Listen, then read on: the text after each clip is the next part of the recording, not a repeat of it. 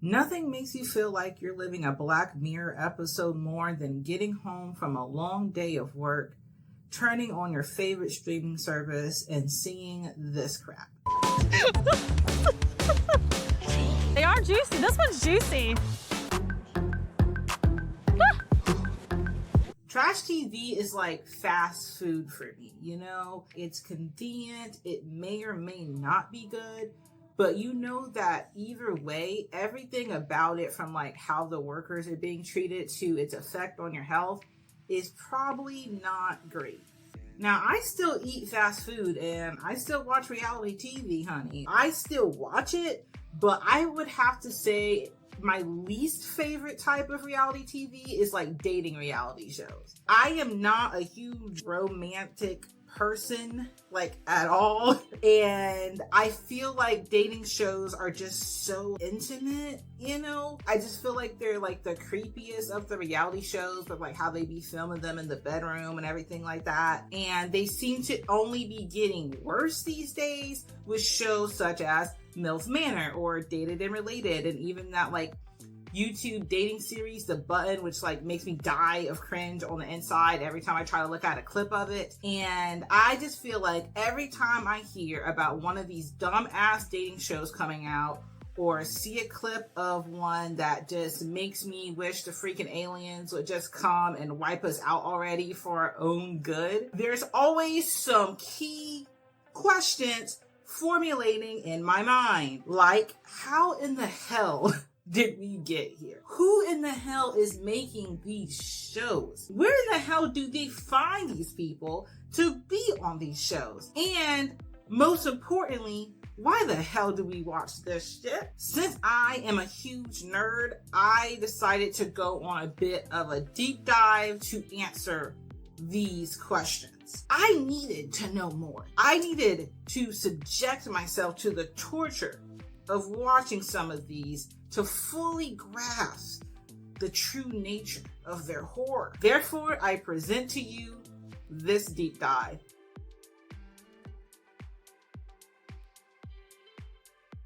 Hi guys, my name is Momo. Welcome to the channel. Now, this is my first deep dive and I'm still a noob when it comes to the YouTubes, you feel me? So I know that this deep dive is not gonna be perfect, okay? I'm figuring things out as I go, and I actually would like some constructive criticism in the comments. Let me know how you felt about this deep dive and how I can make it better. Now, don't be mean to me now. Don't go in on a whole roast sesh on me. Just give me some constructive feedback on how I can make videos like this better in the future, because I am new.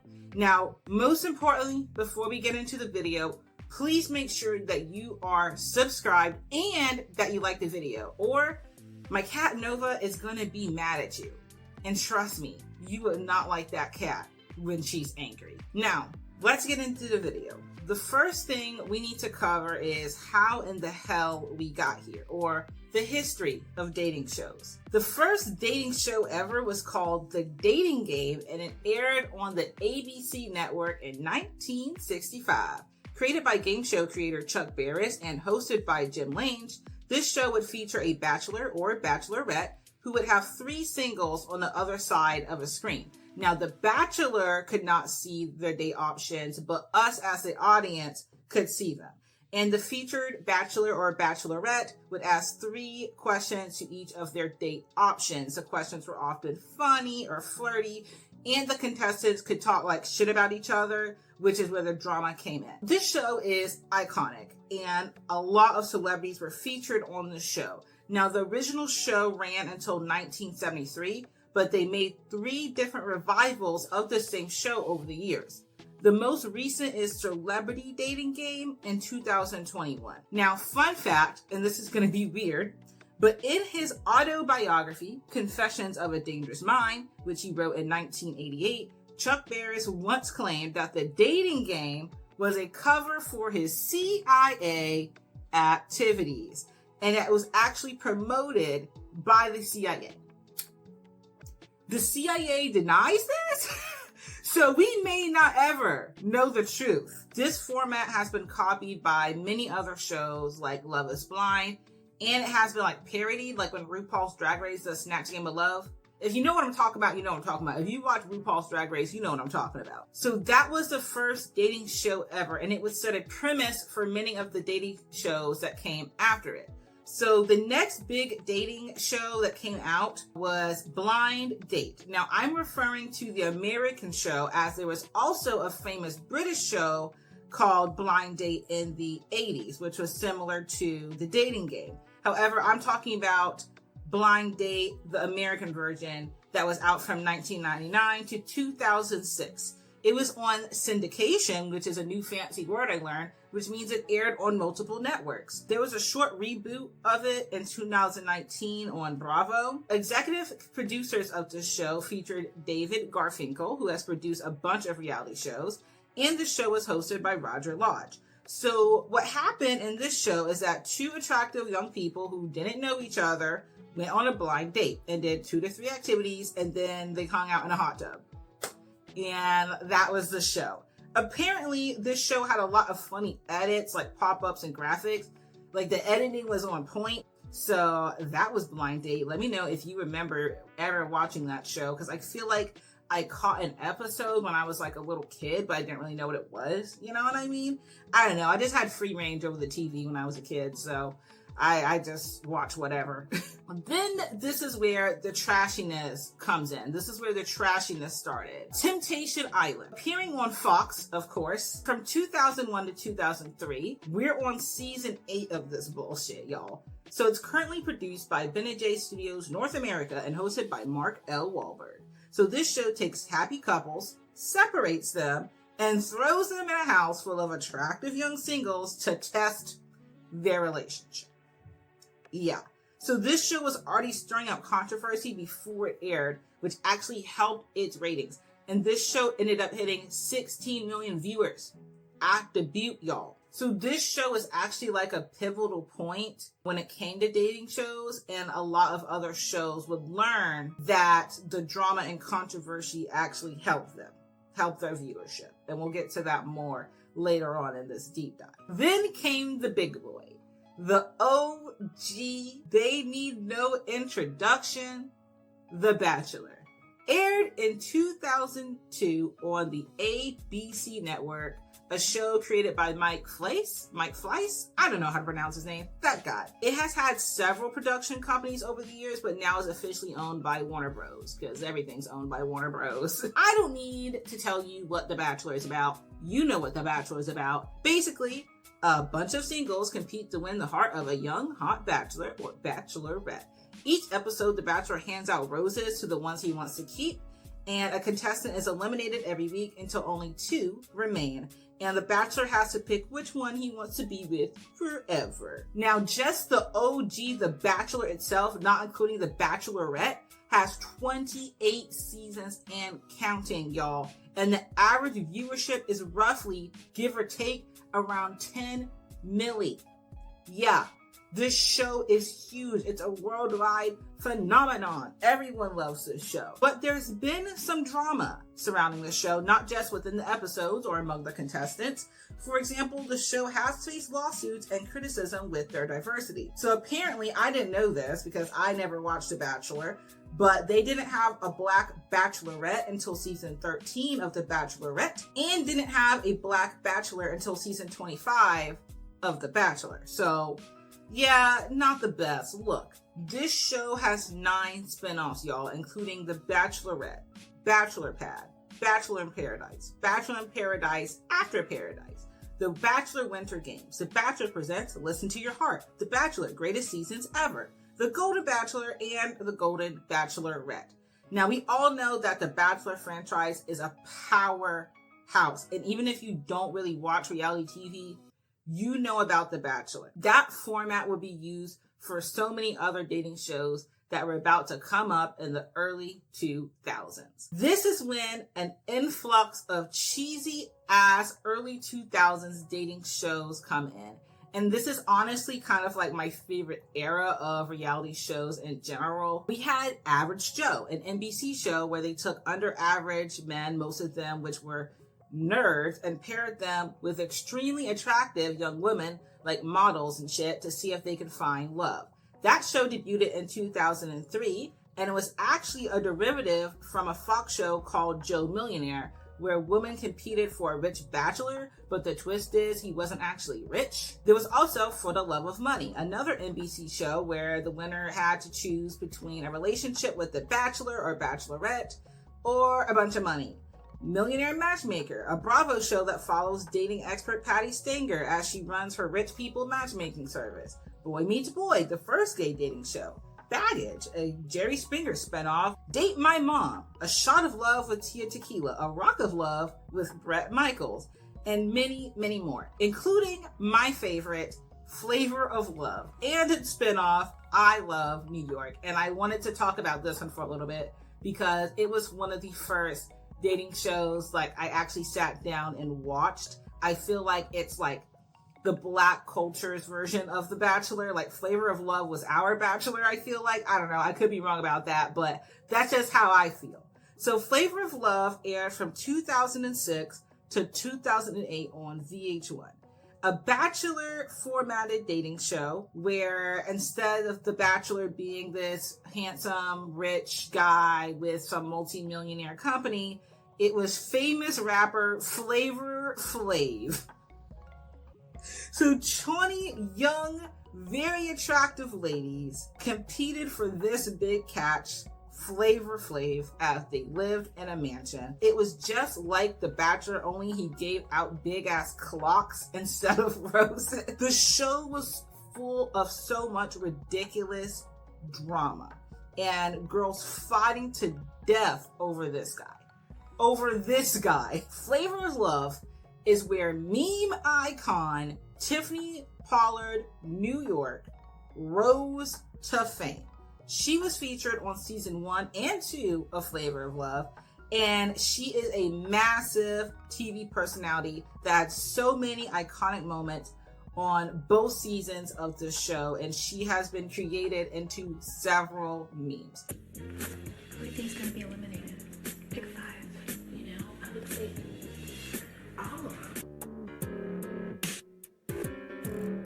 I am a natural beauty. This I know how to stand alone. I knew from the beginning in this competition that it was very important for me to stand alone always, because that shows Flav that he has a solid woman in the house. How are you ladies feeling with me here? Do you feel? I'm not that excited to see you. No, you shouldn't be. She is basically a reality TV icon and has completely launched her own career after her performance on Flavor of Love. It even got her own dating show, I Love New York, where she got to be the bachelorette and handsome men fought for her instead. Both these shows were ridiculous, but I found them more entertaining than The Bachelor back in the day. So basically what I'm saying about this era is that both the dating game and The Bachelor acted as the blueprints for many of the dating shows that came after it. You see what I'm saying? You guys are getting that connect? Okay. Let's move on. This leads us into our next section, today's most popular dating shows. But before we get into it, there's a quick ad break, a very quick word from our sponsor, me.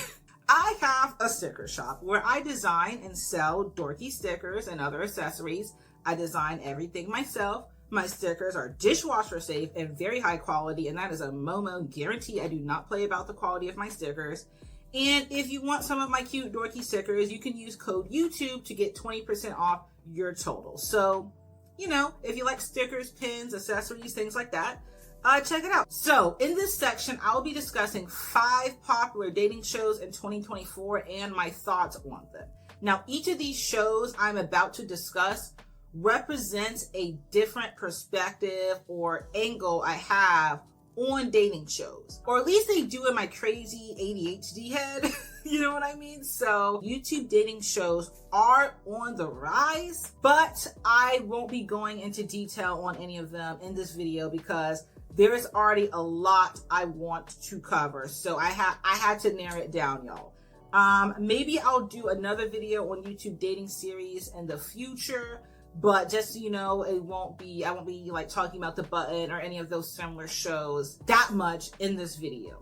But I acknowledge them. I know they exist. I know that they are contributing to the plague. The first show I want to discuss is the monster that is 90 Day Fiancé. 90 Day Fiancé is a series on TLC produced by Sharp Entertainment. It follows long-distance couples going through the K-1 visa process, which is a process for foreign fiancés to marry U.S. citizens and move to the U.S. They only have 90 days to marry each other, and if they don't marry, then the fiancé has to leave the U.S. and go back to their home country. Now, the original show has been around since 2014 and has ran for 10 seasons. However, this show has 20 different spin-offs, technically. I'm not going to name them all like I did with The Bachelor because that would be ridiculous, but just know that this show has so much spin-offs that happen to be just as popular as the original. Now, there is a lot of drama as the couples face cultural and language barriers, disapproval from their families, and overall doubt in their relationship. But I strongly feel like a lot of these couples just don't really match, and not just because they have different cultural identities and different nationalities. Very few of the couples seem to have any natural connection or chemistry. Most of them are kind of cringy. Physically, I'm attracted to Nicole, but it's not like, just like, for example, 55%. Because I always want my wife to go to the gym, which means be healthy. I'm feeling pretty good. I'm happy she's finally arrived. It's been a long time waiting, so I'm happy she's here. I feel tired. I feel tired. I don't feel excited. I just feel tired. That's how I feel. That's all. The most popular couples include Angela and Michael and Big Ed and Liz. Now, there's a lot of popular couples on the show, but when you're talking about the big breakout stars, the ones that I see the most information on, it's Big Ed and Liz and Angela and Michael. I cannot describe to you how huge of a hit this show is. TLC reports more than 14 million viewers have seen season 10 of 90 Day Fiancé. So it is still going super strong at season 10. So 90 Day Fiancé is more like a long-form docu-series reality show that is not based on a game or competition. They aren't put on an island or a specific setting. This type of dating show follows couples that are already somewhat established over an extended period of time, similar to shows like Love After Lockup, Marrying Millions, and Seeking Sister Wife, where they are following a featured person's everyday life, quote unquote. The show has to rely on the everyday life drama that comes up in these people's ventures instead of drama that would be formulated from a competition. Now, question for you, the audience. Do you prefer this docu-series format, or do you prefer the game-style dating shows? Like, which one do you tend to gravitate towards and why? Now, I don't watch this show raw, which is my way of saying I don't watch it directly, but I do watch videos of my favorite YouTubers covering this show, mainly just because this show is funny and entertaining, especially paired with commentary. I'm just gonna be real with y'all.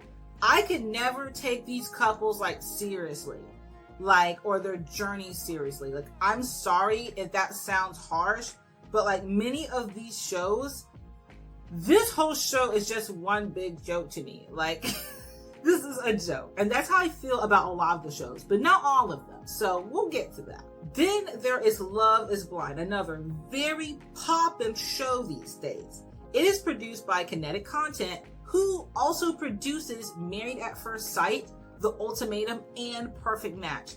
And we will talk about Kinetic Content later on in this video. Now, this show can be found on Netflix. It has 6 seasons and counting. Men and women go on date calls and pods where they can talk to each other through a speaker, but they cannot see each other. They first do like speed dating rounds, and then they can choose to go on longer date calls. The daters may extend a marriage proposal at any point. At that point, the couple only meets face to face after a marriage proposal has been accepted.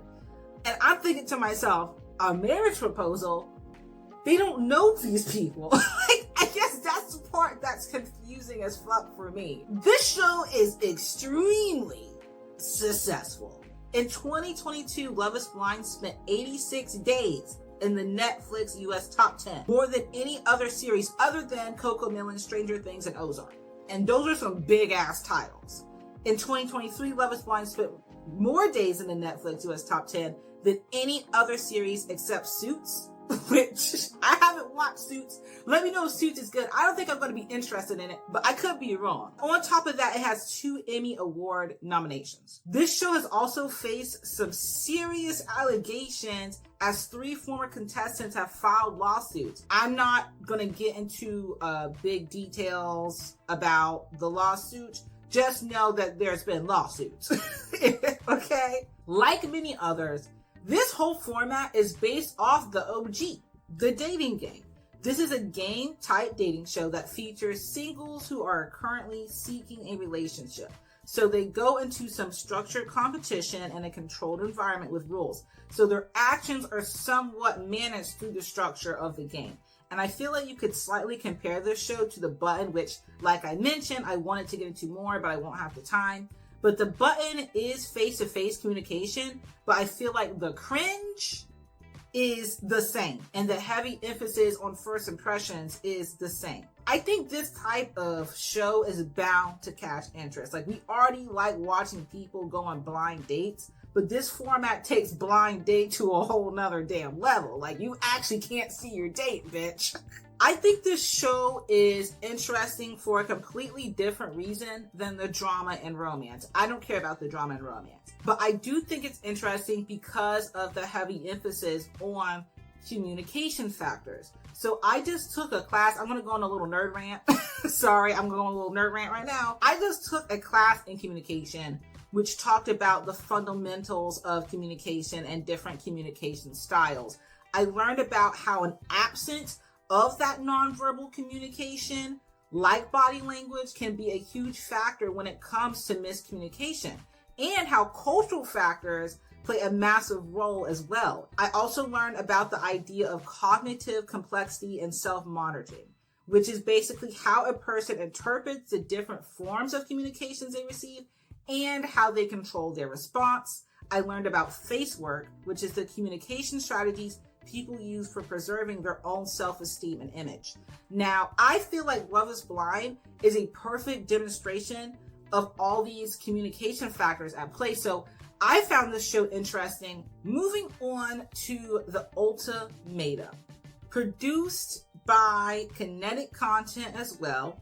It has been on Netflix since 2022. Now, The Ultimatum claims it's a social experiment, which is a term a lot of these shows use as an excuse for their freaky ass formatting, because I think the show a little bit freaky, in my opinion. Now, this show takes couples where one really wants to get married and the other doesn't. They need to decide whether they want to get married or permanently break up. Now, to determine this, the couples will split up and hook up with one of the other contestants for 3 weeks to test the relationship. So they go into like this trial marriage with each other's partners.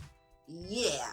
So they also have the possibility of falling in love with this other person who they met on the show. The original has 2 seasons with several spinoffs, including Ultimatum Queer Love, Ultimatum France, and Ultimatum South Africa. The Ultimatum Season 1 spent 4 weeks in Netflix Global Top 10. So it's obviously a popular ass show. Now, this type of dating show is a game style with structured rules and a structured environment, but it features couples who are already together instead of singles. So similar to Temptation Island back in the day. So instead of seeing if singles can find love, this show tests already established couples, which leads me to another question for the audience. Which do you find more interesting? Singles dating to find love, or couples testing their relationship?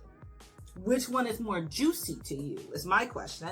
So the idea of this show really gave me a headache. I think this experiment can determine whether you should stay with your partner, but like not if you should marry them. Like, I don't understand how this experience turns into a marriage decision. A lot of people say that this show is fascinating. I've even saw Reddit posts and people saying that this show is more relatable or realistic compared to other dating shows. And I just didn't get it. I didn't get how this show was healthy, helpful, or realistic. So I subjected myself to watching this season. Yeah, I decided to watch the Ultimatum Queer Love because Reddit told me it was the best one. And I'm also a very queer woman. And I was so reluctant to go on Netflix and type this in and start watching it. Like, I was like, I know I need to do this for the video. Let me just get into it. Let me give it a fair chance. And after getting past all the kissing and groping and sexy time, I must admit, I secretly kind of like it. It's not perfect. It's not perfect. There's still a lot of faults. I still don't like the over editing. I think the editing's ridiculous. I still don't like the dramatization. Like, it's not a perfect show, but I get why people find it interesting. I also get why people can relate to some of the feelings or viewpoints that these contestants are expressing. So yeah, I guess I kind of get why people like the Ultimatum, even though I still don't agree that it's the best thing to decide whether you should get married to someone. That's just my opinion. Let's move on to Love on the Spectrum. So this show can be found on Netflix and it's produced by Northern Pictures. This show debuted in 2022 and is working on its third season. It follows people on the autism spectrum as they navigate the world of dating and relationships. The reception of this show is very positive, including from people with ASD. In fact, this show has 100% on Rotten Tomatoes. 100%. I'm like, okay, Love on the Spectrum. So this show also follows a docu-series format, but the concept is navigating love with a different lifestyle or some kind of self-identifying challenge, like being on the spectrum. At least dating shows like this offers some kind of value. That's my thing.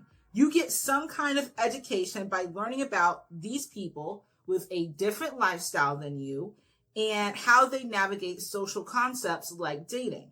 Or you may also be on the spectrum, so this show is relatable to you. Now, I see why people are interested in dating shows like Love on the Spectrum because they are insightful. So with 100% on Rotten Tomatoes, I knew I had to subject myself to watching this one too. I knew within 10 minutes of watching the first episode that I fucking love this show. I'm 100% on the bandwagon. This is probably the only dating show I genuinely support, to be honest with you. And my partner is on the spectrum. I am also neurodivergent myself, ADHD gang, where you at? Put yourself in the chat if you're ADHD like me. So I found this show very informative and relatable, and I also loved all the people featured on this show. This show is way more positive and has purpose compared to other dating shows, and it's just so wholesome. Honestly, if you haven't watched it, you should give it a watch. It's honestly good, and I don't say that about a lot of reality shows. You know what I'm saying? Then we get to the complete opposite end of things. MILF fucking Manor.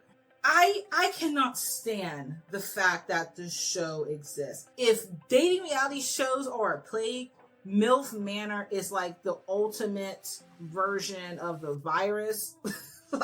It's like the virus in its final form, or hopefully it's in its final form. I hope it doesn't get any worse than this, but damn it, it probably will. You can find this groundbreaking show on TLC, of course. It is produced by Spun Gold and Lionsgate TV. It premiered in 2023, and we are currently on our second season. Now, instead of young hot ladies, this show features older hot ladies, properly known as MILFs, who are there to find love with a young hot guy.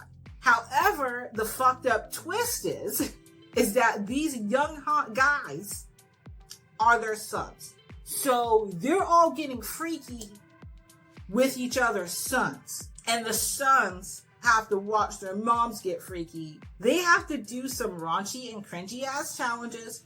Season 1 pops off with them feeling on their own sons to identify their bodies. And I'm just over here like, stop it, get some help. Stop it, get some help. No, like I can't even watch this shit, bro. They also have to like spill sex secrets and stuff like that. Season 2 somehow gets worse because the younger guys' dads come out to compete against their own son. Now you have your dad competing against you for a MILF. And I'm just like, this is fucking ridiculous. The titles of this show is also ridiculous. This is some of the titles, y'all. Listen to this.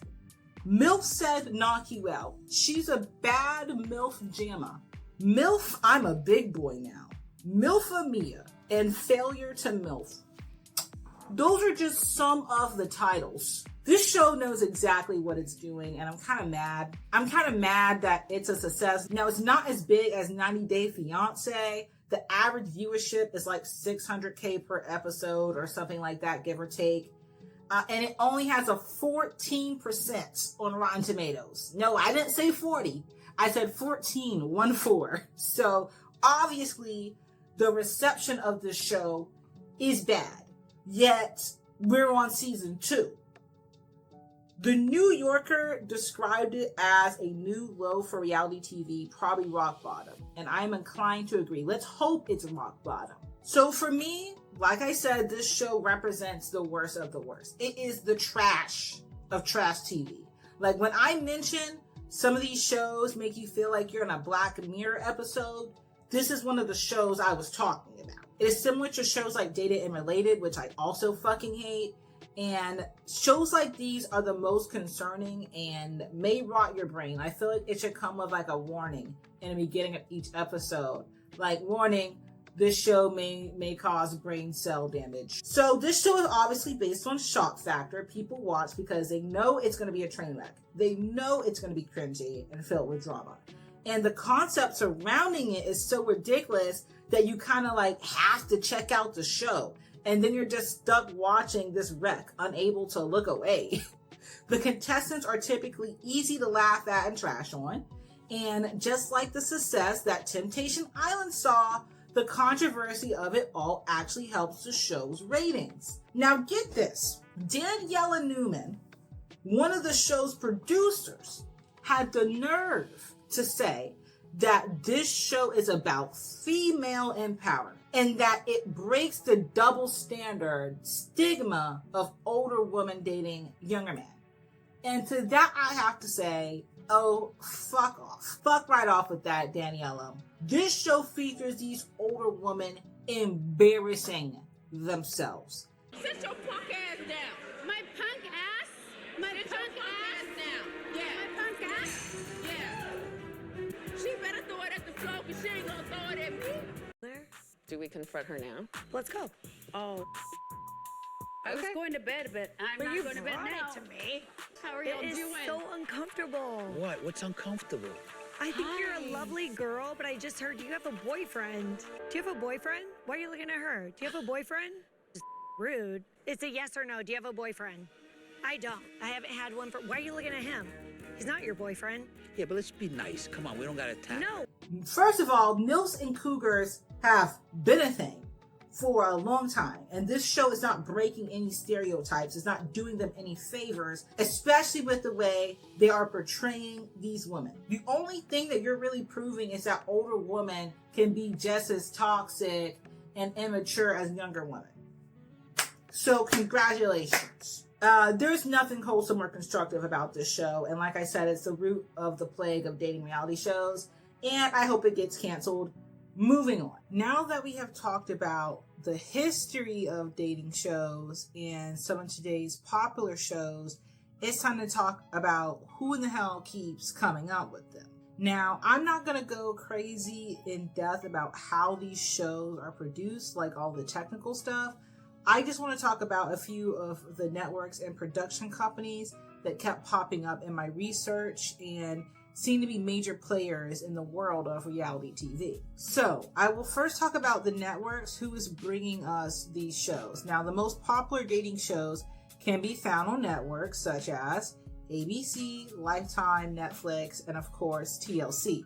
Now, VH1 and MTV shows are found on Paramount and are still relevant, but not as poppin' like they did in the early 2000s. And Bravo also has a ton of reality shows, but not many dating reality shows, it seems, like nothing that stood out to me. Now, the ABC network has hosted a lot of these dating shows, including the first one, the OG, The Dating Game. And ABC is owned by Disney. Now, Lifetime is an A&E channel, which is also owned by Disney. And TLC is owned by Discovery, which is owned by Warner Bros. So Warner Bros. Also has a production unit, Warner Bros. Unscripted Television, which has both The Bachelor and Bachelorette. So in a nutshell, it's all Disney and Warner Bros. Fault, with Netflix being an up and coming accomplice for sure. Now I want to talk about two production companies. These shows are made by many different production companies, but two stood out to me and like this kept coming up in my research. The first is one that I mentioned earlier, Kinetic Content. Now, the first thing that comes up when I type in Kinetic Content into Google is Kinetic Content's main site. This is how they describe themselves. Kinetic Content produces top-rated series for multiple platforms, including global smash hits, Love is Blind, The Ultimatum, and Perfect Match, all earning Netflix #1 ranking in territories around the world. Married at First Sight, Lifetime's highest-rated series since premiering on the network, and Claim to Fame, ABC's Hulu's Summer Standout. Pump the damn brakes. You all are the ones that are behind that horrid show, Claim to Fame. Oh, fuck you guys. Fuck you guys. I hate that show too. Claim to Fame is stupid. Fight me. And Kinetic is owned by Peter Turnan's North Road Company. They have partnered with the biggest networks and streaming platforms like Netflix, Hulu, Lifetime, Bravo, TLC, ABC, and Fox. The same networks that you can find all this reality TV on. They also had a very interesting page called To All Potential Participants, which has to deal with casting, and we'll get to that in a minute. Now, basically, they are the big boys in the non-scripted TV world. The second company I want to cover is Sharp Entertainment. So Sharp Entertainment site is very different from Kinetic's, like they have a completely different aesthetic. And the first thing you see in massive font is 90 Day Fiancé. And you can tell that that show is this company's golden child, okay? They have produced a lot of shows, including Love After Lockup, Love Off the Grid, Marrying Millions, Man vs. Food, and Extreme Couponing, which is one of those early 2000 shows. They have a big variety of reality TV, not just dating shows. And this company has actually been owned by Sony since 2012. Their About section reads, Sharp Entertainment, a part of Sony Pictures Television, is one of the biggest creative powerhouses in unscripted television production today. Led by producer Matt Sharp since 2003, Sharp is one of the industry's leading production enterprises worldwide, delivering thousands of hours of programming and unparalleled rating success. Now, I like to imagine that these two companies are like fierce rivals who are trying to just beat out each other and one-up each other all the time. Kinetic Content is just like, please, all y'all got is 90 Day Fiancé. That's all y'all got going on. And Sharp Entertainment is just like, 90 Day Fiancé is going to be bigger than anything that you guys ever produce. Let's move on to part 4. I want to move on to another important question. How in the hell do they find these people to get on these damn shows? Now, I was pondering that question when I ran across the Kinetic Content's participant info page, which is a long info page explaining the very important things all participants should know before applying. Now, the intro states, participating in one of our programs can be incredibly positive, memorable, and rewarding experience. However, no one should ever consider participation in one of our programs if they do not completely understand, acknowledge, and willingly accept the parameters and requirements, and we strongly encourage anyone who is interested in participating to contemplate the possible discomfort and emotional challenges they may face before, during, and after filming. It says that applicants are encouraged to seek legal counsel before signing the agreement to be on the show. It also goes on to talk about the diligent process, which basically means the casting includes background investigations, psychological evaluations, and medical assessments. Now, it is expressed that it's extremely important to be truthful and honest during this process. As far as production, it says that participants need to be aware they may experience potential real-life challenges, encounter highly emotional and stressful situations, be subjected to negative opinions from others, and face decisions that have real-life and unpredictable consequences. Oh yeah, this is a serious info page. During filming, participants may have no access to phones, TV, the internet, or other means of outside communication. On some shows, bathroom and meal breaks may be monitored or chaperoned. And I'm like, well, goddamn. Like, the no internet is a big deal breaker for me in the first place. But even if I was, you is not about to chaperone me to the party. I'll tell you that right now. This was in a big, black, bold font. Kinetic strongly encourages all participants to seek and arrange individual professional mental health support services post-filming, not limited to counseling and therapy. So they are strongly recommending that their participants seek mental health support after participating. What the fuck are y'all doing to these people? Like, I'm all for mental health support.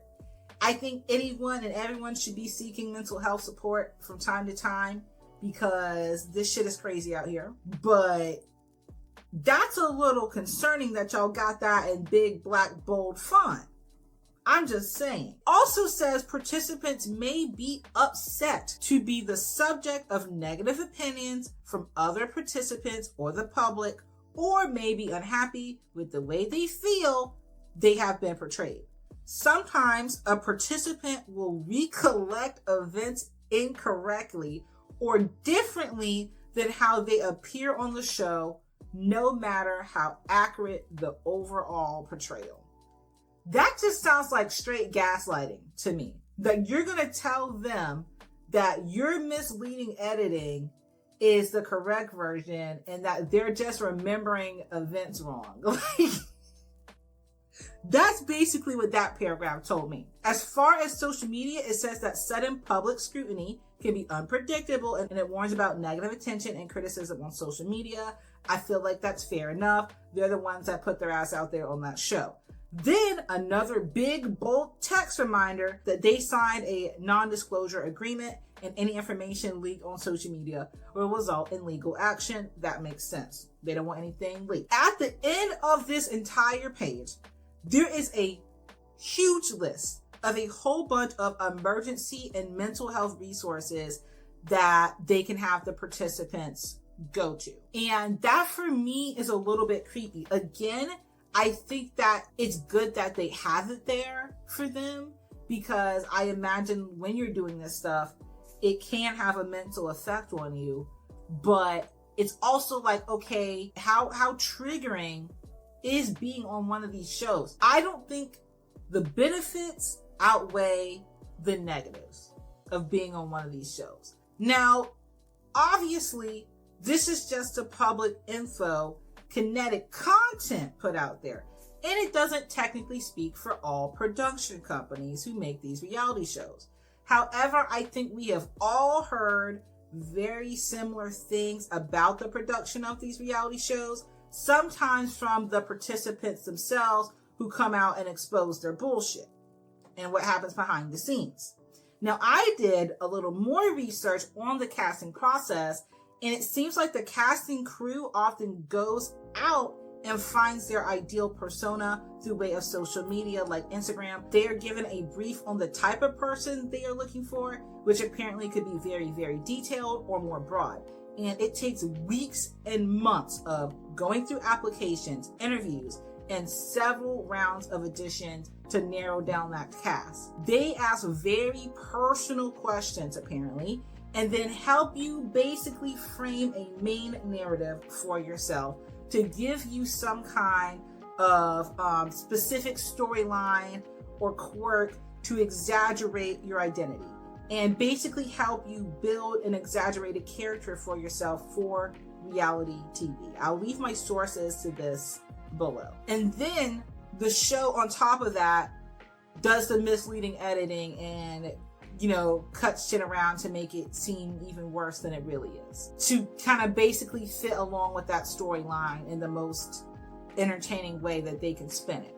Now, I found a publication, an official publication on entertainment law, and learned a bit more about the agreements that these people have to sign to be on these shows. Typically, they need to agree to participate in all promotional and marketing events, including promoting the show on their social media, and they have to agree for their image to be used in any merch or products, and this will be for an extended period of time even after the show airs. There's also agreements about the living with other participants, and that the production crew is not going to tell you all the info on who you'll be living with, like their health record or their criminal record.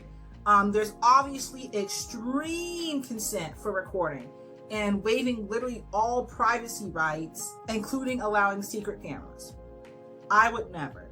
They also have to make agreements that warn that any statements they make or that anyone involved in production makes regarding a participant may be aired and seen as derogatory or offensive. They also have to agree to the diligence process, which we discussed earlier with the medical and, you know, the criminal records and all of that. The publication that I read says that some of these agreements can be up to 50 pages long.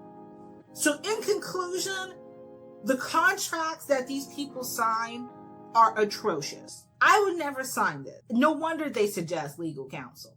Because look at this shit. I really don't want to sit here and say that everyone who agrees to be on a reality TV show are just kind of in it for the clout and the money. But at the same time, I feel like to sign one of these agreements, you have to be at least partially in it for the clout and the money. And that's not necessarily a bad thing. Because let's be honest, us YouTubers, we're not going to sit here and pretend like we don't want 100K subscribers and we don't want to be able to financially support ourselves doing this. Like, we technically want clout and money too. But I would never sign something so heinous to get there, in my opinion, where they just have full rights to me and to do whatever they want with me and edit me whatever kind of way. Let's move on to the last big question that I have. Why in the hell do we watch this? Now, there's a few reasons why we watch this stuff, which could be seen as benefits, if you could call it that. Number one, it lets us escape from the problems in our own life. So focusing on these crazy situations that we see people on these shows get themselves into kind of helps distract us from everything that we have going on in our lives. It temporarily eases the stress of constantly having to think about everything going on in your life all the time. I get why focusing our emotions and stress on something else can be beneficial. I also see how that can become a little bit harmful and a little bit of a crutch, a little bit unhealthy, if you will. Number two, it allows us to connect to or relate with people in the show and other people that watch the show. Now, I kind of understand this, but personally, I can immerse myself so much in my fictional shows and movies that I can relate to characters that way. I understand it's not exactly the same thing, but it is in my weird little dork brain. Me and all my favorite characters are all besties in my mind palace. But I do love the discussion around shows even reality shows, which is why I watch other YouTubers cover it, and I would rather watch a commentary of a reality show than actually watch it. Number 3, another point is something I mentioned earlier when discussing shows like Love on the Spectrum, and that is lots of reality shows gives us some kind of insight. It can let us explore how different types of people react and navigate these particularly interesting scenarios, and these scenarios that we may not ever find ourselves in or want to find ourselves in, but we can watch someone else go through it and still give us a secondhand experience and secondhand emotional reactions. Again, some can be more educational than others, and it can be educational in very different ways.